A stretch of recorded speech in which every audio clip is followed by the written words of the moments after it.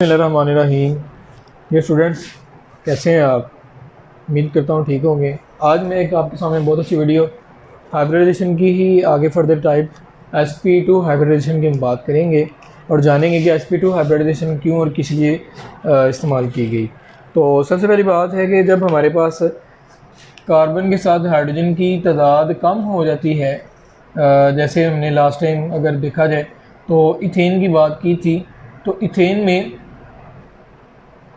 C2H6 यानी 2 carbon के साथ टोटल 6 हाइड्रोजन थे। अब आपके पास केस ऐसा आ गया है जिसमें कार्बन के साथ 6 कार्बन की बजाय 6 हाइड्रोजन की बजाय 4 हाइड्रोजन हो गए हैं, मतलब पहले की निस्बत 2 हाइड्रोजन कम हो गए हैं। तो फिर कार्बन अब अपने आप को स्टेबलाइज कैसे करेगा? तो लास्ट टाइम हमने बात की थी कि जब कार्बन के साथ हाइड्रोजन की तादाद कम होती है तो कार्बन के साथ हाइब्रिडाइजेशन की फॉर्म में बॉन्ड बना के बॉन्ड स्टेबलाइज होने की कोशिश करता है। अब देखें यहाँ पे केस ऐसा आ गया कि पहले जो हमारे पास एक कार्बन थी, यानी अगर मैं इथेन को देखूँ तो उसमें एक कार्बन के साथ अमूमन 3 हाइड्रोजन लगी हुई थी। अब अगर इसको हम देखेंगे तो इसमें क्या होगा, 2 हाइड्रोजन लगी हुई हैं एक कार्बन के साथ। तो इस सूरत में फिर मज़ीद हाइड्रोजन कम हो गए, यानी पहले में एक कार्बन के साथ 3 हाइड्रोजन थी और यहाँ पे एक कार्बन के साथ 2 हाइड्रोजन है। तो अब कार्बन फर्दर क्या करेगी, आपस में एक दूसरे के साथ एक और बॉन्ड बनाएगी। तो देखें कैसे, चलते हैं वीडियो की तरफ। तो इसमें हमारे पास हम कार्बन की एक्साइटेड स्टेट से स्टार्ट करते हैं। कार्बन का एटॉमिक नंबर 6 है, तो 1s2 2s1 2px1 2py1 and 2pz1। ये मैंने कार्बन की एक्साइटेड स्टेट लिखी है। अब इसमें होगा ये कि एक s और 2p आपस में एक दूसरे के साथ कंबाइनिंग करेंगे, इंटरमिक्सिंग करेंगे, जबकि जो एक 2pz ऑर्बिटल है ये एज इट इज़ रह जाएगा, ये मिक्सिंग में हिस्सा नहीं लेगा। उसकी रीज़न वो आगे मैं बताता हूँ कि ऐसा क्यों होता है।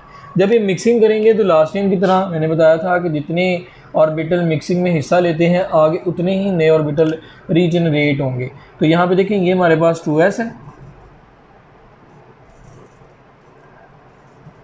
ये 2px है और ये 2py है।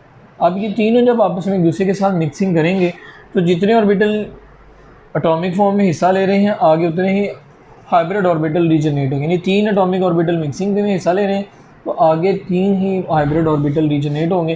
तो वो कुछ इस तरह से होंगे।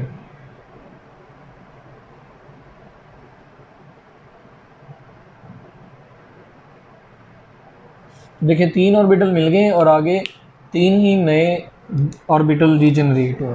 तो जब ये आपस में एक दूसरे के साथ कंबाइन होते हैं तो एक ट्राइगोनल स्ट्रक्चर डेवलप करते हैं। तो देखेंगे हम लोग इसकी ट्राइगोनल स्ट्रक्चर बना रहे हैं।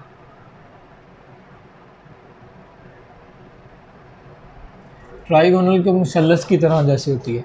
तो अगर आप इसको इमेजिन करें, या इसको मैं यहाँ पे बना के दिखा देता हूँ आपको।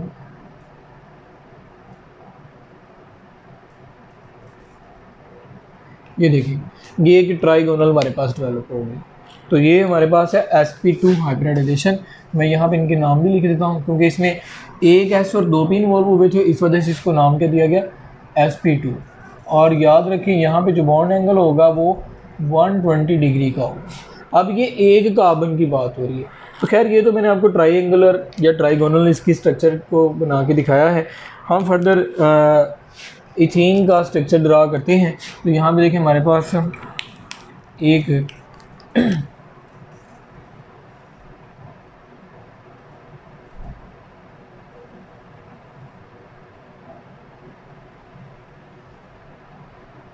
sp2 है, ये भी इस तरह से ये भी sp2 है और इसी तरह से ये भी sp2 है। और इसी तरह से दूसरी जो कार्बन थी हमारे पास कुछ वो भी बना के देखते हैं। तो उसमें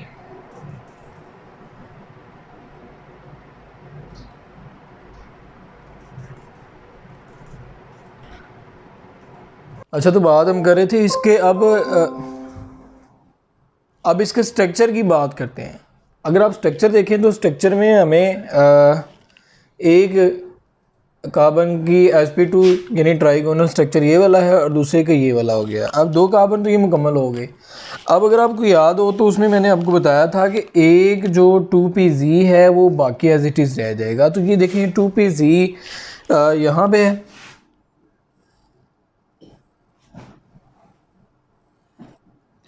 ये 2pz है हमारे पास। इसी तरह से दूसरी जो कार्बन है उसकी भी 2pz।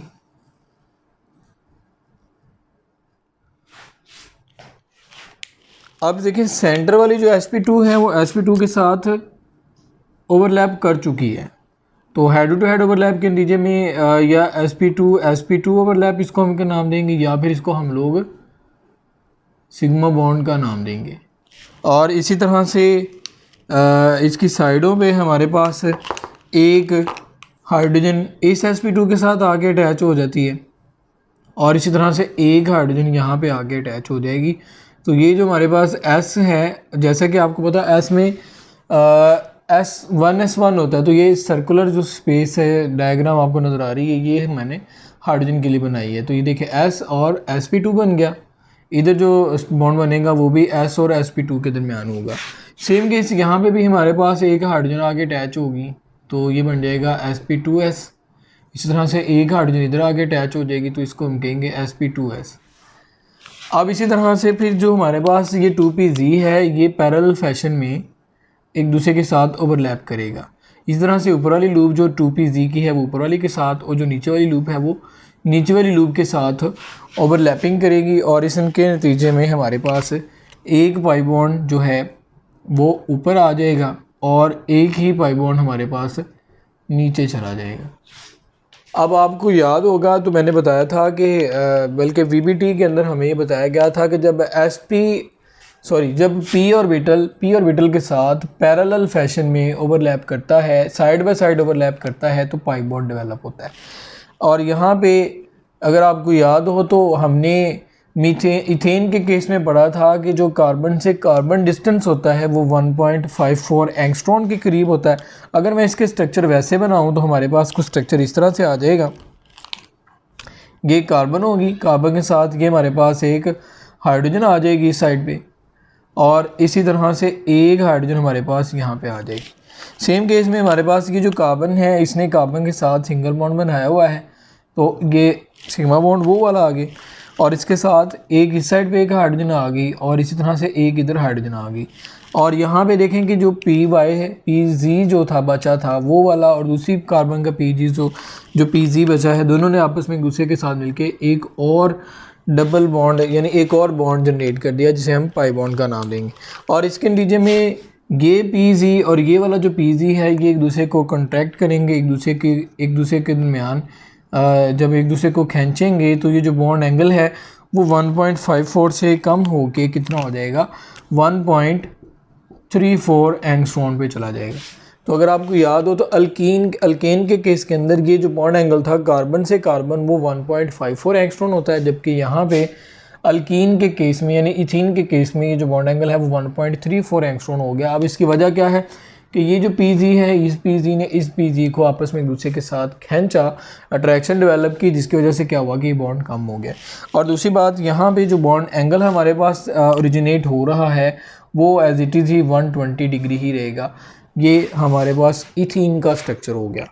तो ये थी हमारे पास sp2 हाइब्रिड। बात करेंगे sp हाइब्रिडाइजेशन के हवाले से। तो sp हाइब्रिडाइजेशन में एक s और एक p आपस में एक दूसरे के साथ ओवरलैप करेगा, एक s और एक p आपस में ओवरलैप करेगा।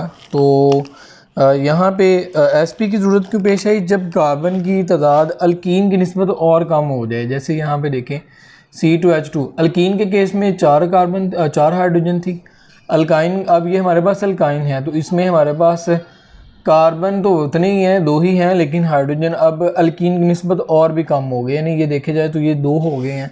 तो फिर कार्बन के साथ मिलके एक और बॉन्ड बनाएगी जिसके नतीजे में एक ट्रिपल बॉन्ड ओरिजिनेट होगा। तो देखते हैं हमारे पास ये देखें एक S है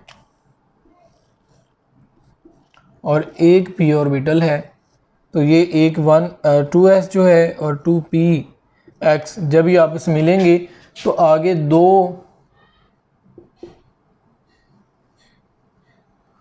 ऑर्बिटल डेवलप होंगे। अब ये दोनों आपस में एक दूसरे के साथ जब मिलेंगे तो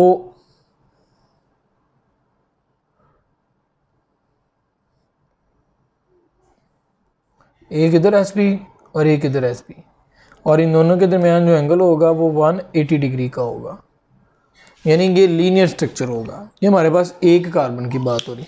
तो देखते हैं जब दो कार्बन आपस में एक दूसरे के साथ sp ओवरलैप करेंगे तो क्या होगा।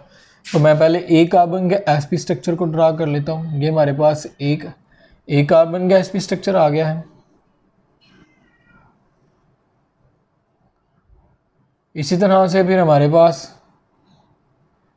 दूसरी जो कार्बन है वो भी ये आपस में एक दूसरे के साथ, ये देखें sp हो गया। इसी तरह से ये sp है, दूसरी कार्बन की होगी तो इसका नाम sp है क्योंकि इसमें एक s और एक p मिला था।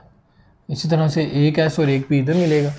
तो अब यहाँ पे अगर देखा जाए तो हमारे पास दो ऑर्बिटल बाकी बचे हुए, एक 2py और एक 2pz। तो एक कार्बन के ऊपर जो 2py है वो कुछ इस तरह से आ जाएंगे। ये हमारे पास 2py है। इस तरह से दूसरी कार्बन के ऊपर 2py आ जाएगा, और इसी तरह से फिर हमारे पास एक कार्बन के ऊपर जो 2pz था वो भी इस तरह से आ जाएगा, और इसी तरह से इस दूसरी कार्बन के ऊपर भी